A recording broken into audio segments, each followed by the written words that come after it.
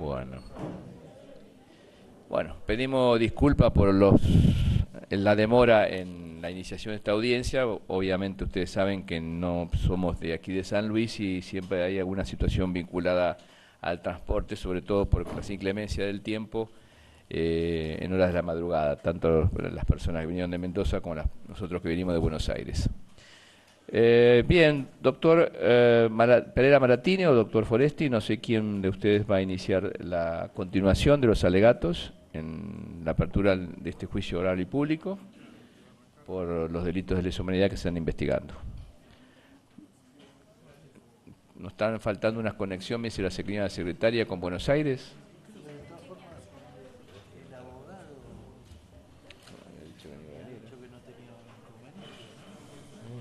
Vamos a solicitar al abogado defensor de Fernández Gess y de Pla, no sé si están presentes en la audiencia.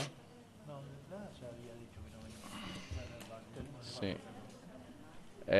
Pla, en principio acá el doctor Alberón me recuerda que ya había decidido no estar presente, pero el abogado me imagino que está presente y lo representa y no tendría inconveniente iniciar la audiencia, ¿verdad? Por videoconferencia. A pesar de que no esté la videoconferencia. ¿Y de Fernández Gess? El doctor García Garro le ha hecho suplantar por este periodo yo. ¿Usted lo sustituye al doctor? Sí. García Garro. García Garro. ¿Tendría algún inconveniente si reiniciamos la continuación de los alegatos? Sin perjuicio que también lo decidió así de manera de retirarse cuando lo considere necesario, por lo menos lo que manifestó Fernández Gess en la audiencia anterior, ¿no? Bien, verificamos después, por favor, si en Buenos Aires se nos están oyendo a los efectos de la iniciación y la continuación del juicio. Sí, señor presidente, por información telefónica informan que se trabó una computadora, que apenas se reinicie la computadora está todo en orden para la videoconferencia. Bueno, bien. Y va a aparecer, estamos atentos desde la Secretaría para avisar cuando aparece el enlace. Bueno, dado lo avanzado de la hora, entonces le damos la palabra al doctor Pereira Maratini para que continúe con los alegatos. Gracias, señor presidente. Señores jueces, todos los argentinos llevamos un discurso, un alegato adentro, producto de tantos años de desencuentros. Si volvemos 30, 40, 50 años, vemos todas las circunstancias que ha tenido que transcurrir el país. Hemos vivido dolor, tristeza, humillación, vergüenza, miseria, como decían las abuelas, necesidades. Aquí los protagonistas de este juicio son las víctimas, fundamentalmente los dolores de las víctimas. Por eso surge la necesidad urgente de realizar estos juicios, de terminarlos. La gran deuda que tiene la sociedad para los que dejaron el cuerpo y su alma en los centros clandestinos. Imagen ya de Comodoro Pi. Gracias. Por una cuestión de generación, cuando nosotros no sabemos cómo empezar. Discúlpeme, doctor, Sí. le interrumpo un minuto. Sí. Verificamos la conexión con Comodoro Pi. ¿Se encuentra algún secretario letrado ahí? Sí, buen día, ¿nos escuchamos? ¿Nos escuchan bien? Sí, nosotros los escuchamos y tenemos también la posibilidad de verlos. ¿Cuál es su nombre, doctor? Le presento al secretario, yo estoy en la parte técnica. Sí, buen día. Agustín Bourre. Agustín, Bourre. ¿tiene alguna identificación, doctor?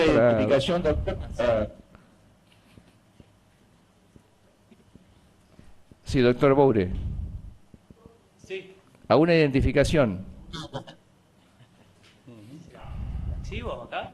Sí, no, sí, usted se ha identificado ante... Ante la persona que está detrás suyo, no sé quién es la persona que está detrás suyo. Es el técnico de la oficina judicial. Ah, correcto, gracias, discúlpeme. Bueno, muy bien, entonces por favor. continuamos con la audiencia, discúlpenos, hasta luego. ¿Prosigo, señor presidente?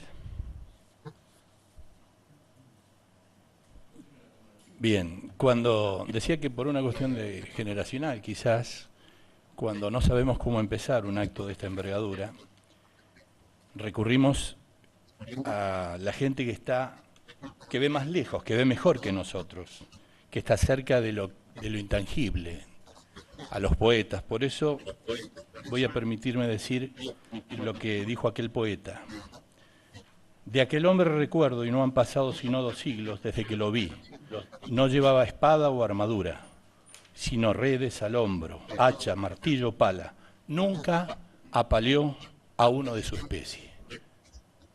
Por eso estamos aquí. Los señores imputados de delitos de lesa humanidad se dedicaron a servir a una potencia extranjera a sabiendas y para beneficio personal.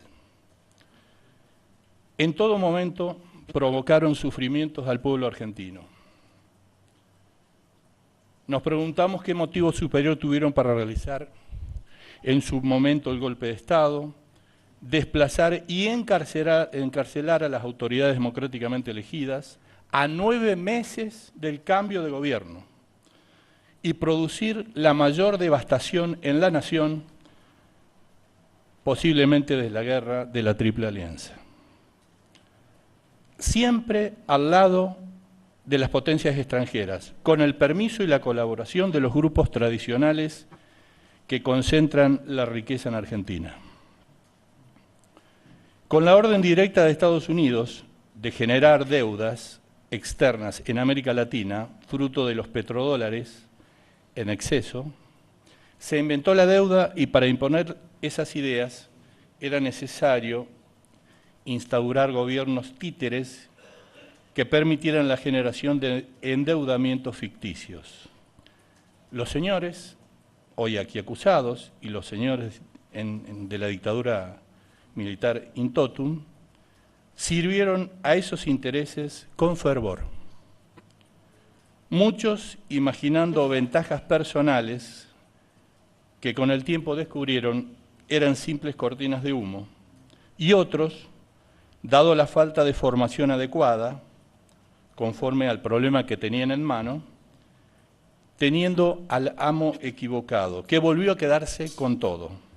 Eso sí, en contra de la voluntad del pueblo argentino, provocándole sufrimientos terribles, llevando a la desesperación a millones de argentinos. Porque nos preguntamos, si la democracia hubiera transcurrido sus cauces normales, con el consiguiente cambio de autoridades y rotación de funcionarios, ¿qué podríamos haber sido de haber podido ser? ¿Cuántas casas hubiéramos construido? ¿Cuántos baños? ¿Cuántos inodoros? ¿Cuántas duchas? ¿Cuántos metros de agua potable? ¿Cuántos metros de cañerías de cloacas se hubieran instalado? ¿Cuántos chicos y hombres no serían analfabetos? ¿Cuántas familias podrían haber soportado y no se hubieran desintegrado? ¿Cuántas personas podrían, señores jueces, haber sido felices? Porque el bienestar de un pueblo se mide por el grado de alegría y felicidad de sus habitantes.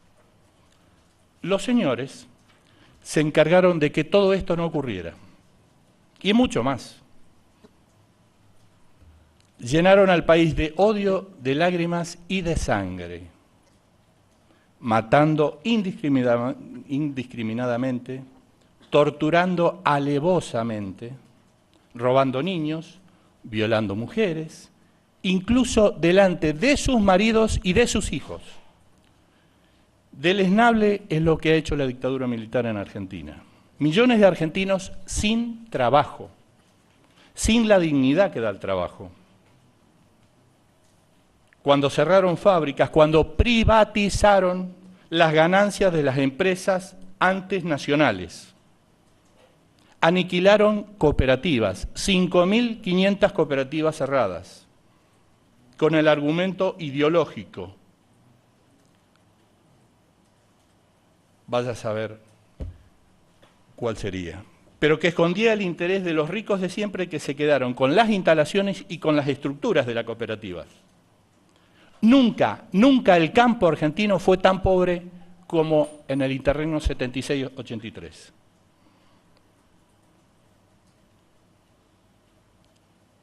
Como ejemplo, Sancor, Milcaut, terminaron con accionistas millonarios en dólares, cuando eran cooperativas de los productores. Nunca el campo fue tan pobre. Esto fue con el simple artilugio de cambiar el artículo 7 de la Ley de Cooperativas que autorizó el lucro. Miles de argentinos llevados a la quiebra económica por la tablita, intereses buitres usurarios, cobrados por los personeros del Estado. El que debía un crédito se fundía. Todavía hoy tenemos la Ley de Entidades Financieras del Proceso Militar, que llevó a la plata dulce, ¿se acuerdan, señores jueces? La timba financiera, la timba de la patria, los viajes a Miami, la quema de libros, la cultura sometida, los ídolos populares perseguidos, asesinados o exiliados, la inexistencia del derecho laboral. Quienes recordamos aquella época sabemos que un juicio laboral no tenía mucho sentido. La inexistencia del derecho penal, la falta de imparcialidad judicial absoluta y descarada. Hemos escuchado aquí en audiencia cuando el doctor Rubio contó que le prohibieron el ejercicio del derecho laboral. Fíjense que a él no le prohibieron el ejercicio del derecho laboral porque representaba, no a la patronal, a los trabajadores. Cuando al doctor que fue abogado de la policía de Mercedes le ordena el señor Godoy que no podía ejercer la abogacía. El abogado no le hizo caso y no terminó muerto porque era abogado había sido abogado de la policía, porque si no estaba muerto. Es decir, como dijo otro abogado de Mercedes aquí, la justicia penal estaba sometida y no era independiente, por supuesto.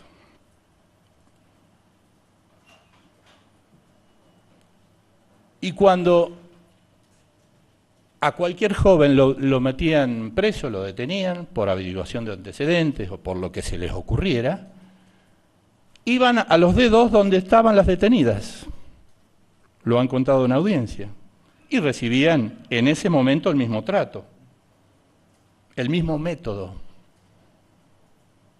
Porque no se trataba de motivos, se trataba de método. Torturaban indiscriminadamente y mataban indiscriminadamente, porque ese era el plan. A cualquiera para llenar el número.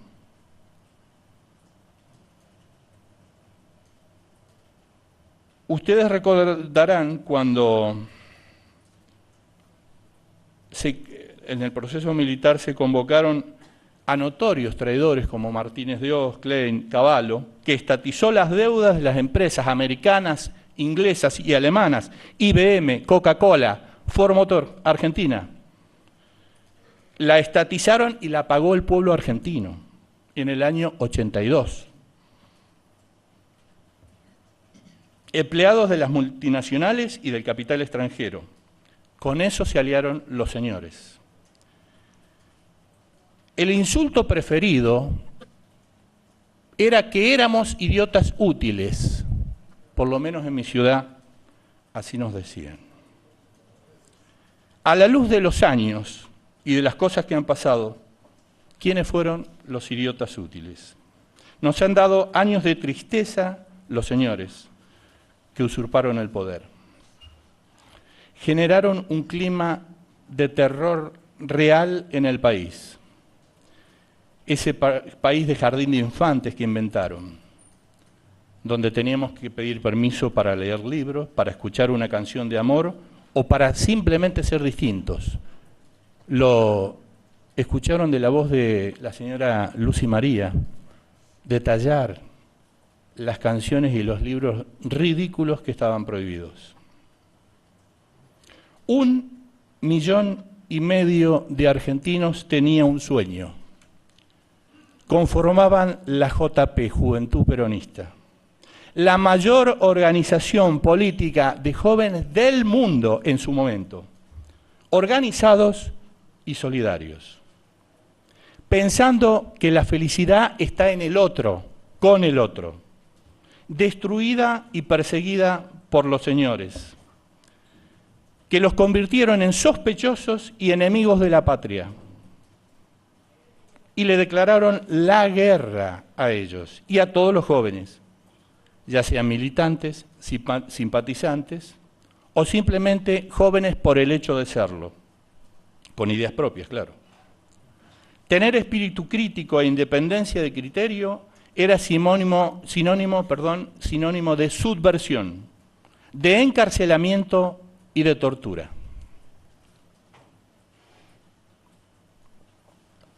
Se me viene a la memoria Luis María Frum, 34 años, 5 hijos. La mayor acusación la hemos escuchado en audiencia cuando se dijo no se sabe qué hacía en Mercedes. Eso fue la mayor acusación. No se sabía qué hacía en Mercedes pudiendo estar en Buenos Aires. Lo que sí sabemos que era un hombre crítico e independiente, con espíritu crítico e independiente y que no se callaba nada. Sinónimo de tortura y asesinato para la dictadura. Los señores en algo no se han equivocado. No nos gustaba su brutalidad tanto física como intelectual, su entrega a lo extranjero, su adulación al poder y a las clases dominantes. Hemos escuchado en audiencia relatos desoladores, que son una acabada muestra de la enormidad vivida, señores jueces. Recordemos simplemente cuando Warfield Nicolás González, en aquellos años, hijo del dueño de la empresa fúnebre de Mercedes, contaba cómo la hija mayor del doctor Dante Bodo, que vio a su padre sangrando o desangrarse en la vereda, esa noche fatídica, salía a la tarde a la puerta de la casa, acompañada de su abuela, y desde el vano de la puerta esperaba con la mirada perdida la vuelta o la llegada de su padre, que nunca volvería. El padre asesinado a traición a escasos metros. Esas son enormidades, señores jueces. Los chicos Agüero, perseguidos por Becerra y por sus secuaces, impidiendo que estudiaran la primaria, la secundaria, y los hacían echar cuando conseguían un trabajo.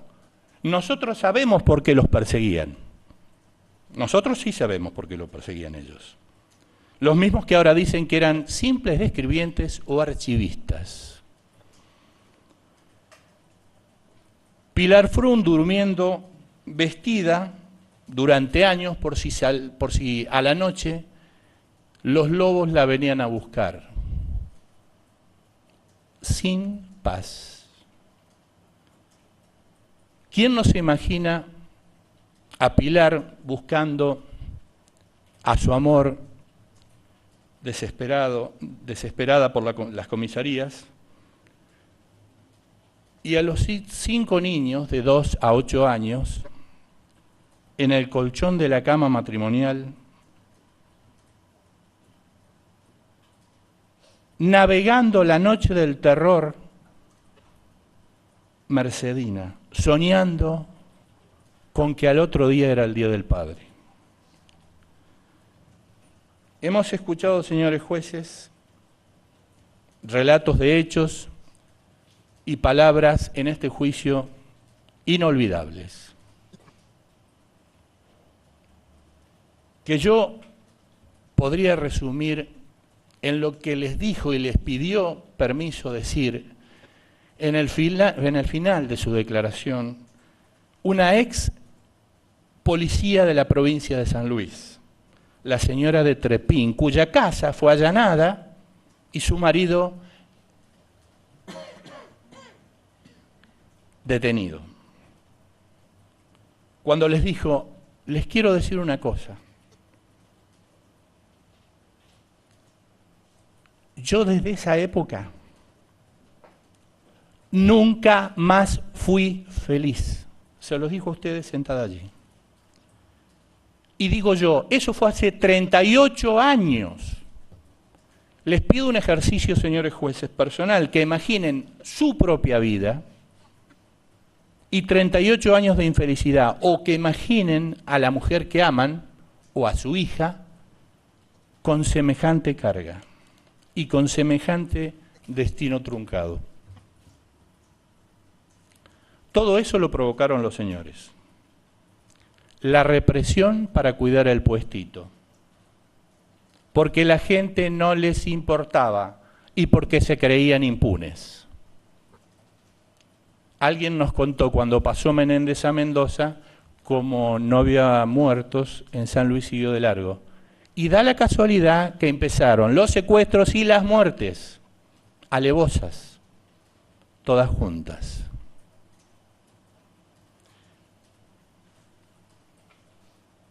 Nos dijeron como eximente de responsabilidad que hasta allí era mi responsabilidad, dijo el señor Danaki, entregando a Graciela Fiocchetti. Lo demás no me correspondía, entregándola en jefatura. Es decir, la llevaron hasta la jaula, abrieron la puerta, la empujaron adentro, le pusieron 5 llaves a la puerta, y bueno, lo que hizo el león hambriento no es mi responsabilidad.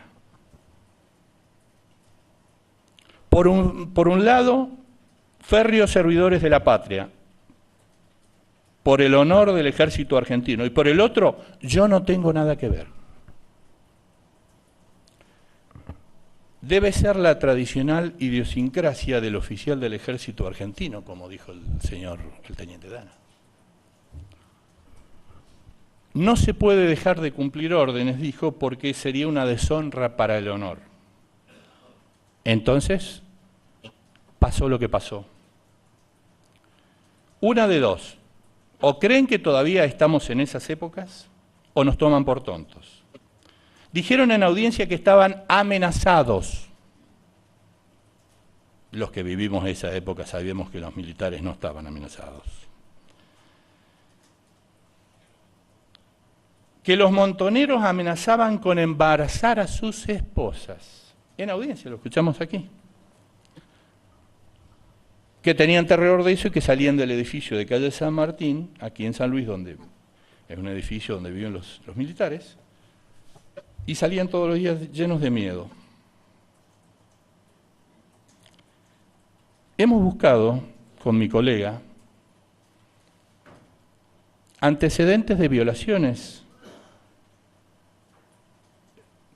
de personas que integraban montoneros, ERP, o simplemente militantes. No hemos encontrado ningún antecedente. Por eso, una de dos. O es una burla por las violaciones sistemáticas a las que sometieron a las compañeras como método de trato a los detenidos. Método de trato a los detenidos, las violaciones sistemáticas y reiteradas. O es seguir manteniendo mentiras de inteligencia, de servicio de inteligencia, que nadie cree. Le llegaron a echar la culpa en audiencia a los torturados de lo que les pasó a sus familiares. Concretamente, le echaron la culpa a las hermanas Garraza por lo que vivieron Pedro Garraza y la señora, la mamá de las chicas, Chediac de Garraza. No es así. Contundentemente no es así. Lo que le pasó a los detenidos, es decir, la invasión a las casas en horarios nocturnos siempre, el robo sistemático, el tabicamiento, la tortura alevosa, el abuso sexual, la destrucción física y psíquica, la desaparición forzada, el asesinato a cobarde traición como le hicieron a Graciela Fioschetti, lo hicieron los señores. El método aberrante para un aberrante fin. El poder sobre el otro.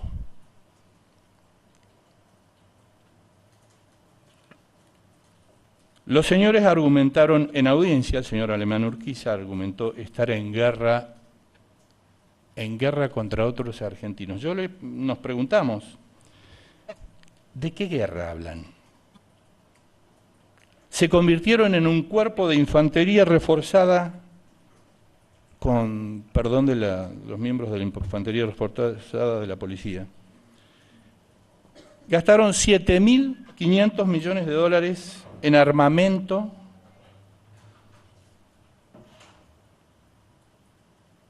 cuando la exportación anual argentina era de 5.500 millones de dólares, la mayoría exportada a la Unión de Repúblicas Socialistas Soviéticas. Armamento obsoleto y armamento para la lucha interna, fundamentalmente. Y después de eso, de los 7.500 millones de dólares, mandaron a los chicos en manga corta a Malvinas. Y los aviones y los submarinos llevaban bombas alemanas vencidas, traspasando portaaviones, como el Invencible. 8 impactos tenía, ninguno explotó. Vimos las fotos cuando era mandado a Guyana a reparar. ¿Cuántos aviadores habrán muerto para poner esas 8 balas allí, esas 8 bombas? Pero lo peor es que mandaron a pelear a los chicos. Algunos de los acusados, en todo el país me refiero, fueron a Malvinas. Muchos fueron a hacer negocios en Malvinas. Dejamos de lado los héroes de la patria, militares de carrera. Alguno estuvo sentado aquí y marcó claramente la diferencia. Y recuerdo una cuestión personal, con permiso, haber visto en televisión al general Alejandro Agustín Lanusse denunciando que los militares argentinos, los jerarcas de aquella época, en plena guerra no querían tirar fósforo blanco, napalm, pese a que los ingleses lo hacían. Veíamos como Casanseu nos mostraba las bombas de racimo en la pista de Malvinas. Porque los señores fueron a Malvinas a hacer una guerra de caballeros con los ingleses, con los piratas. A los chicos argentinos le dieron el método que tenían acá. Tortura. Los estaqueaban en Malvinas. Los colimbas argentinos se bañaron y comieron bien después de 3 meses en barcos ingleses, lo han contado. ¿De qué guerra hablan? Las guerras se hacen con los extranjeros. Para eso existen las Fuerzas Armadas, para cuidar las fronteras. El enemigo es externo, está en la Constitución, en las leyes, en los libros, está en el Villiquen. Cualquiera que haya ido a la primaria lo sabe. ¿Qué guerra? ¿De qué héroes nos hablan? ¿De qué héroes aprendieron? De Rivadavia, de Lavalle, de Del Carril, de Alsina, de Mitre de Roca, del general, del almirante Rojas.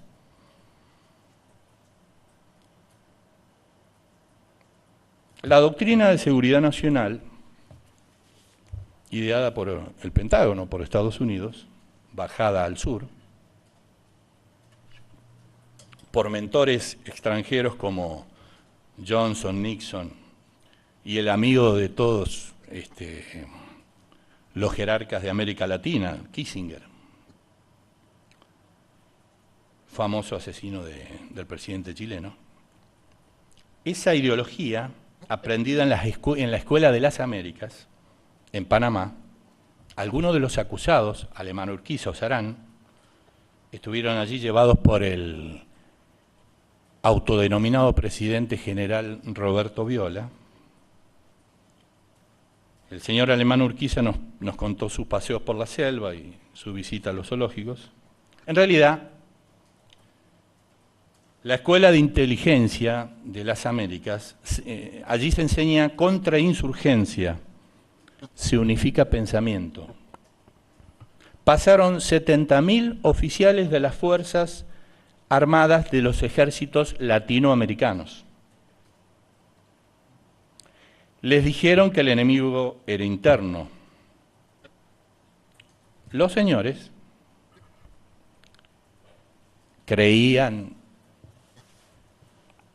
o hacían creer que se creían eso, y el país estando en la miseria y el terror absoluto, bueno, los señores viajaban a Miami, iban en avión, iban a hoteles, cobraban viáticos, abultaban el legajo, ascendían, tenían los privilegios que sabemos todos. Bueno, y al volver mataban a argentinos, los torturaban, los violaban, robaban niños luego de matar a sus madres. En fin, lo que se conoce como daños colaterales, habituales en América Latina. O como le dijeron a los padres de Luz y María, cuando se fueron a la 5ª Brigada Aérea a ver qué pasaba con esto de que soltaban a su hija. Y como contó la ex policía señora Palma, les dijeron, aquí no ha pasado nada. Se ve que no conocían a Luz y María, evidentemente. No es raro por eso que los colimbas que se animaron a hablar en la audiencia, saltando el discurso aprendido y enseñado por los señores, de que de eso no se habla, hasta eso dijeron los colimbas aquí en algún momento, nos contaron los tabicamientos, los golpes, los malos tratos. Hay 129 conscriptos desaparecidos en la Argentina dictatorial.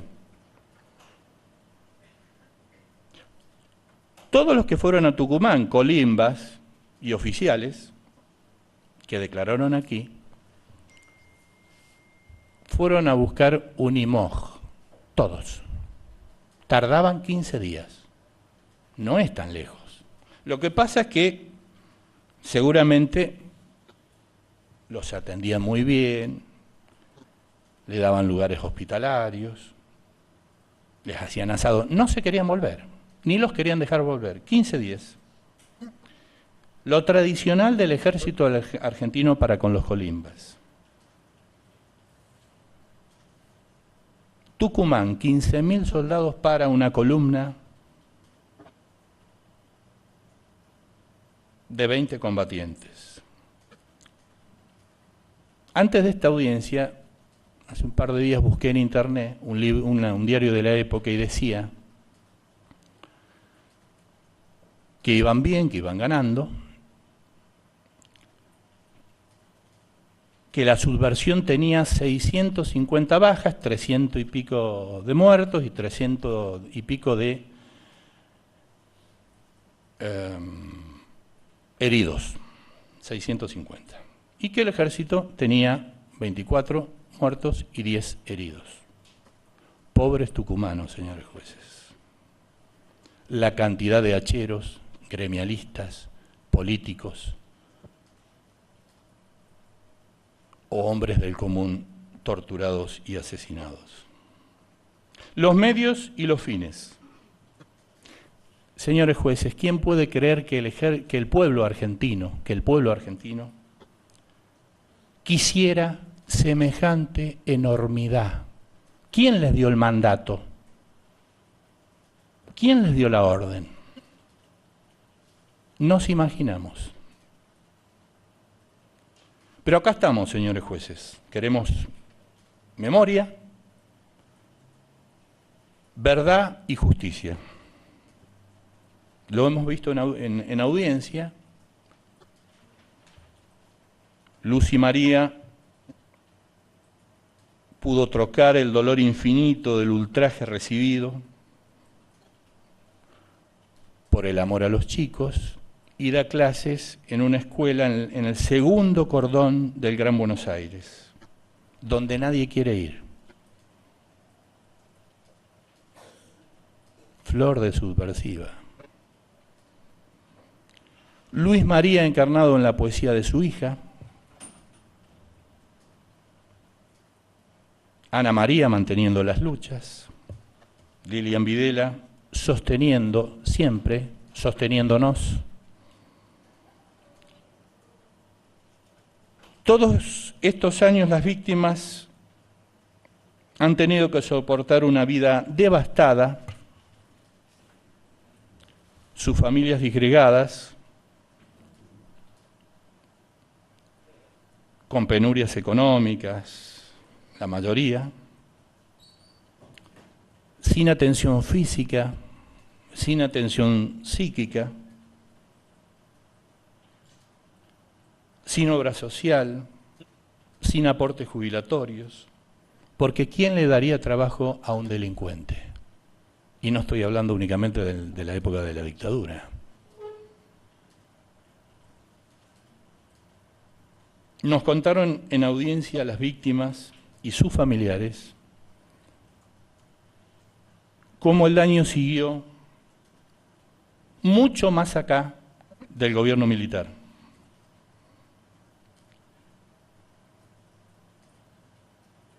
Tuvieron que rehacer, reconstruir, calmar, curar, sanar. Pero claro, señores jueces,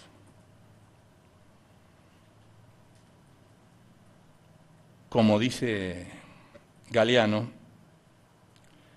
de la tortura, del manicomio y del matadero es muy difícil volver. La sociedad argentina no los recibió con el advenimiento de la democracia a las víctimas de semejantes delitos como tendría que haberlos recibido. Como tampoco se recibió de buena manera a los héroes de Malvinas. Y nosotros, los profesionales, tenemos que hacer un mea culpa. En realidad, tengo que decirlo, porque si no se me va a quedar atragantado. Los profesionales somos una porquería, señores jueces. Porque ¿qué hemos hecho los psicólogos, los contadores, los escribanos, los odontólogos, los abogados? 1 de cada 100 argentinos termina la educación terciaria.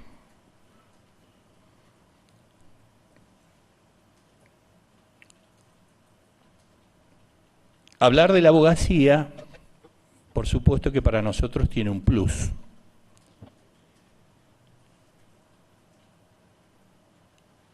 Tenemos que decir, la querella lo quiere decir, que nos ha dado vergüenza, vergüenza ajena, la renuncia de algunos profesionales a sus defensas, así como nos dio vergüenza la renuncia de la señora fiscal de Cámara 15 días antes de este juicio, o un mes antes de este juicio, lo que obligó al señor fiscal, al señor Rachid, a asumir la responsabilidad. La valoramos. También valoramos al señor defensor oficial, que no debe haber tenido mucho más tiempo para preparar el juicio, y que asumió la responsabilidad cuando otros renunciaron. Valoramos eso. También tenemos que decir que hubo graves falencias en la investigación. Y en muchos casos, tenemos que decirlo, producto de la desidia. En el primer juicio de lesa humanidad en San Luis, se ordenaron compulsas para investigar la posible comisión de delitos de lesa humanidad. Y las mismas, en lo formal sí, pero en su materialidad no se llevaron adelante. Por eso, en su oportunidad, les vamos a pedir, señores jueces, que en lo posible arbitren los medios para que esas, si se ordenan, por supuesto, esas compulsas, se lleven de una manera eficiente. Alguien en audiencia, en indagatoria, dijo, aquí las primeras víctimas fuimos nosotros. Imputado de delito de lesa humanidad, en audiencia. Algunos dijeron, alguien dijo, yo recién me enteré en el 2010 que tenía este proceso. 34 años después de los hechos, de esos hechos aberrantes. 34 años donde vivieron en familia, criaron a sus hijos, trabajaron, vacacionaron, juntaron aportes para la jubilación, fueron atendidos en una buena obra social, a cargo del Estado, en sanatorios especiales. Sus hijos fueron a las mejores universidades y escuelas, que los padres, como buenos padres, con la familia nosotros no nos metemos, a las mejores escuelas porque como buenos padres es lo que les dieron a sus hijos. Buena ropa, buena comida, todo lo que los compañeros no tenían. Los suboficiales y policías de baja graduación sí fueron víctimas, sí, pero de sus propios superiores, sus jefes. Pero de eso la sociedad argentina y los compañeros y compañeras nada deben. Señores jueces, no pensamos renunciar a una sociedad más justa, más solidaria y de iguales.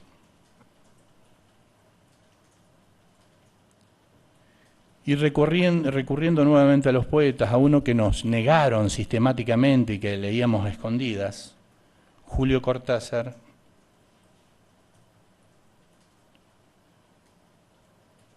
Julio decía, la esperanza le pertenece a la vida.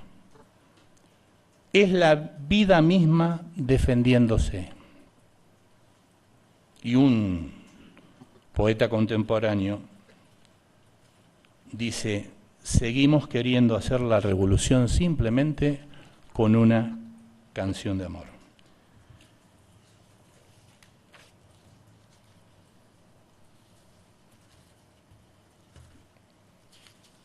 Cada uno aprende del que quiere. Nosotros tenemos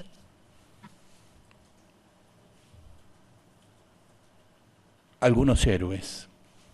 San Martín, por supuesto. Más acá tenemos un hombre que realmente admiramos muchísimo, que era el doctor René Favaloro, 1923-2000, que como buen patriota no pudo con su genio y escribió un libro sobre San Martín. Se encerró un tiempo, un mes y medio, si mal no tengo información, y escribió un libro que se llamó ¿Qué conoce usted de San Martín? O conoce usted a San Martín, perdón, de la editorial Sudamericana. Y Favaloro dice, siempre nos han enseñado que nuestros militares son herederos de San Martín y que las normas que rigen a nuestras Fuerzas Armadas son estrictamente sanmartinianas. Resumiendo su vida militar, quizás hallaremos la respuesta. En el Código de Deberes Militares en Mendoza, durante la preparación del Ejército de los Andes, se dicta el Código de Deberes Militares y Pena. La patria, dice, no hace al soldado para que la deshonre con sus crímenes, ni le da las armas para que cometa la bajeza de abusar de esas ventajas, ofendiendo a los ciudadanos con cuyos sacrificios se sostiene.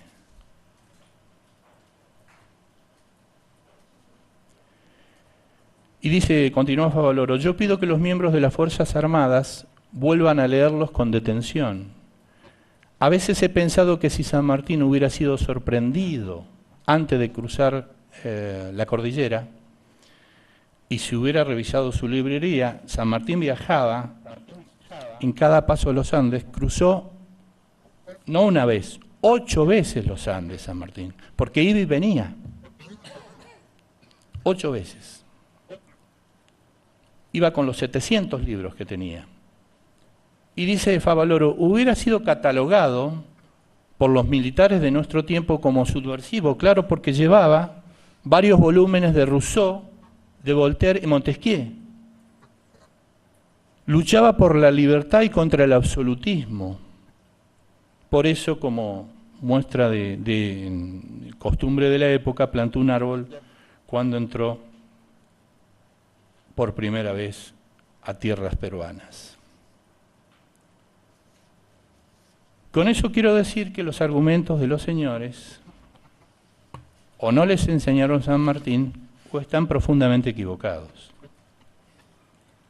en su concepción de la argentinidad y en su concepción de los deberes que tenían como argentinos. En el año 2011, el ex magistrado español Baltasar Garzón, que ayudó y muchísimo desde su cargo, le costó su cargo,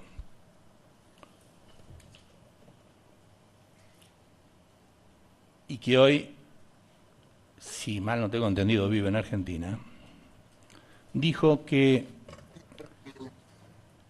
la credibilidad de la justicia se gana por las acciones de la misma.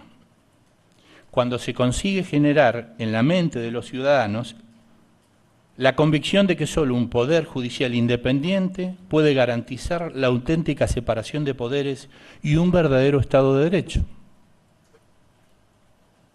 Recuerdo lo que nos dijo el abogado de Mercedes aquí.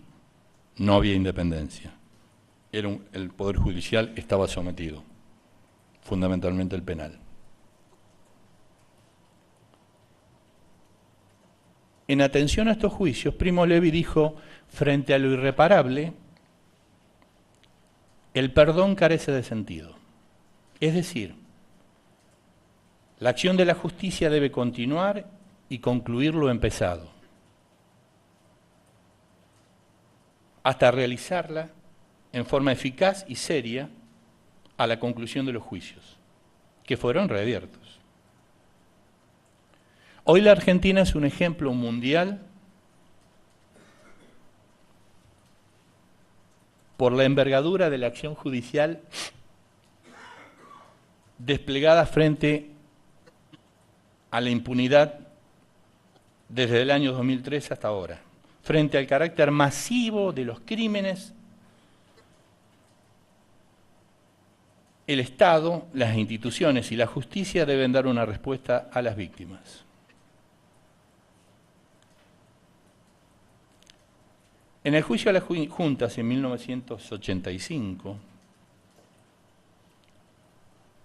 en el considerando 12 se dice, pese a contar los comandantes de las Fuerzas Armadas con todos los medios, optaron por la ejecución de procedimientos clandestinos e ilegales sobre la base de órdenes que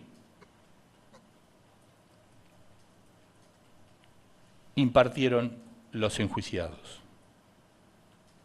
cada uno en su ámbito.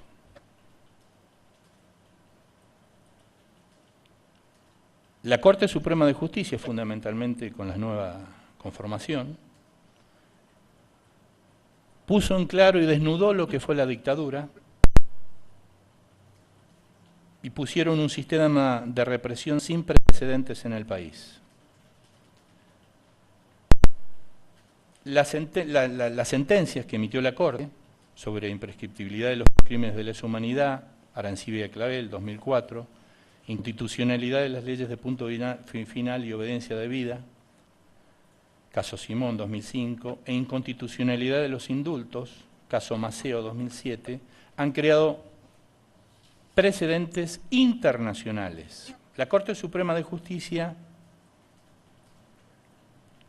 le ha dado preeminencia al ius cogens, que es, conforme a la Convención del Derecho de Viena de Tratados del 69, las normas aceptadas y reconocidas por la Comunidad Internacional de Estados, que en su conjunto como norma no admiten acuerdo en contrario, ha dado preeminencia como fuente legitimadora de la imprescriptibilidad. Y dice la Corte que la Convención Internacional no crea la institución, sino que la constata cuando está arraigada en la costumbre internacional, y que incluir la asociación ilícita, dice Garzón, es un adelanto espectacular. Hay una firme línea jurisprudencial en América Latina, dado por la Corte Argentina, por el Tribunal Constitucional Peruano, por la Corte Interamericana de Derechos Humanos, en el caso de Barrios Altos, que demuestra que no es por la vía política que se resolverán estos problemas, sino por la vía judicial.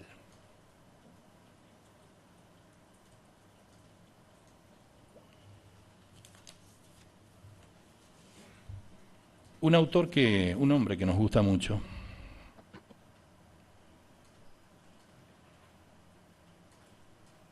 escribió: como escarnio fue que los guardias le dijeron a Juan Maltiempo, con risa burlona, venga, métete ahí que en el coche que vas a dar un paseo. A este hombre no lo llama la guardia para ir a dar un paseo por otros lugares, con transporte por cuenta de la patria.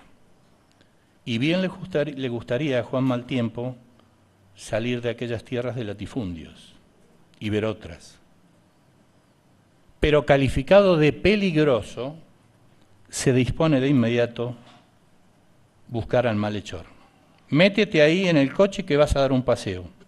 Si esto no es escarnio, no sé lo que es escarnio.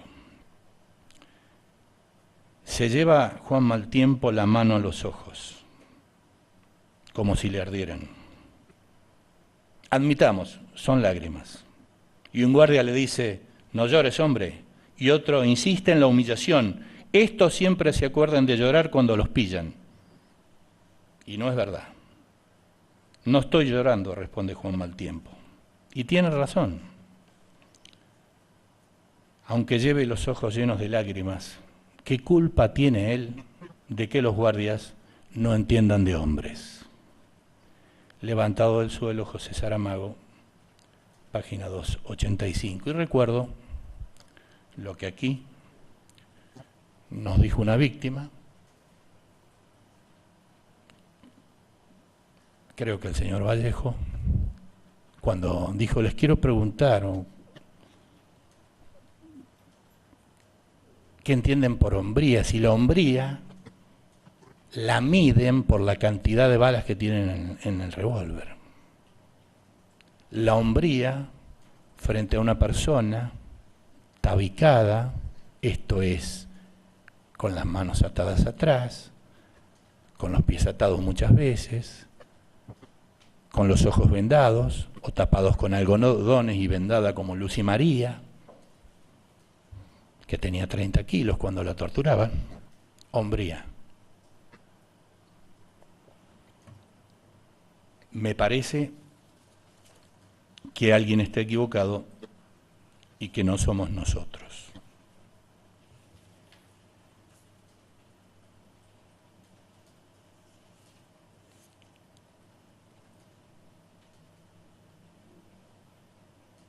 no solo torturaban y mataban, también robaban. Destruían las casas que a la noche la jauría asaltaba y robaba.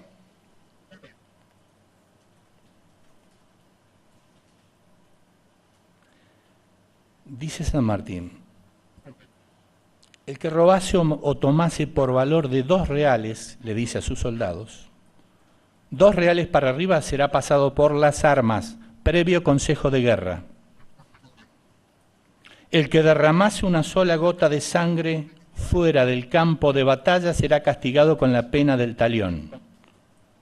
Todo insulto contra los habitantes del país, americanos o europeos, o exceso contra la moral pública y sus costumbres, será castigado hasta con la pérdida de la vida.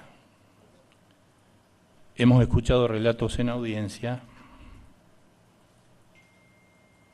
espantosos. Y para terminar esta parte quiero decir cómo tendrían que haber sido tratados, ya que los consideraban enemigos, a argentinos, tanto los secuestrados, los desaparecidos y los habitantes, a todos nosotros. Tendrían que haber sido tratados más o menos así. La tropa está prevenida de una disciplina rigurosa y respeto que debe a la religión, a la propiedad y al honor de todo ciudadano. San Martín más tarde hace llegar, dice Favaloro, una proclama al resto de las fuerzas españolas. Pone de testigo a los prisioneros que han sido tratados con todo respeto y de acuerdo al derecho de gentes, incluyendo a Marcó del Pont. Marcó del Pont, jefe de las fuerzas realistas en Perú, había prometido ahorcarlo a San Martín. Había sido bien tratado por San Martín. Cuando decía San Martín, pero jamás crean imposturas que degradan al siglo ilustrado en que vivimos y que ofenden a mi ejército con tanta injusticia. Nos toca de cerca cuando Favaloro recuerda la anécdota de San Martín, que después de Maipú pasa por San Luis y oye hablar a Dupuy los pormenores de la sublevación de los prisioneros españoles, en que Ordóñez, Morla y Marcont y algunos otros oficiales fueron sacrificados, porque intentaron fugarse. Al saber que sobrevivía un sobrino de Ordóñez, fue a verlo a la cárcel. Inmediatamente cuando lo vio, mandó a venir un herrero para que le limara la cadena que tenía la cintura y el grillete. Y luego lo llamó al gobernador para que lo vistiera con decencia y lo trataran con consideración, como un simple arrestado del cuartel. El propio interesado, 40 años después, le refirió en carta a Balcarce desde Barcelona, después de que San Martín hubiera muerto, diciendo: este señor se sentó en una silla, me acarició y con dulces palabras me preguntó lo acontecido. En esta carta, Ordóñez, que era el expreso, protestaba de que se hubiera calumniado a San Martín. Señor presidente, solicito un cuarto intermedio.